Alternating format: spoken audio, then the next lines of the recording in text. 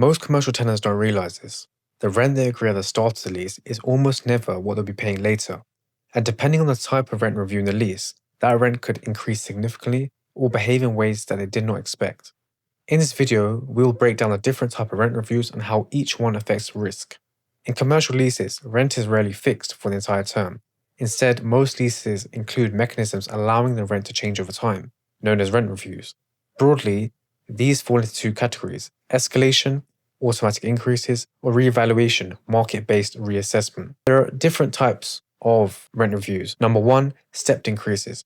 Rent increases at fixed intervals by pre-agreed amounts, clear and predictable, but it ignores market conditions.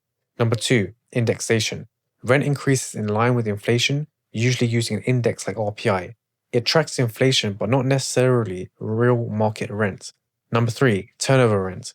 Common in retail. Rent is linked to a percentage of the tenant's revenue. This shares the risks between the landlord and tenant. Number four, value-based increases. Rent is linked to the value of the property itself. Less common and often requires valuation input. Number five, market rent review.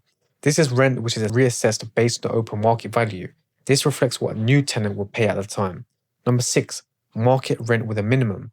The rent cannot fall below a set level. This protects the landlord from falling markets. Number seven, upwards only rent review. The rent can increase but never decrease. Very common in the UK but can leave tenants overpaying in a downturn. Number eight, headline rent review. This ignores incentives like rent-free periods. This can result in higher paper rents than what was actually paid. Underleases. This is where a tenant grants a lease to another occupier. That lease sits under a superior lease, which is the main lease of the landlord. Rent review terms are often linked between the two. Number 10, barrelage.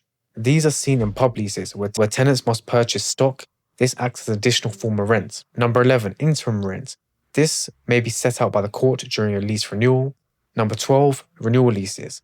Rent may be determined under statutory rules, particularly under the Landlord and Tenant Act 1954. So as you can see, there is no single standard rent review. Each structure allocates risk differently, whether linked to inflation, market value, or business performance, and choosing the wrong one can have serious financial consequences.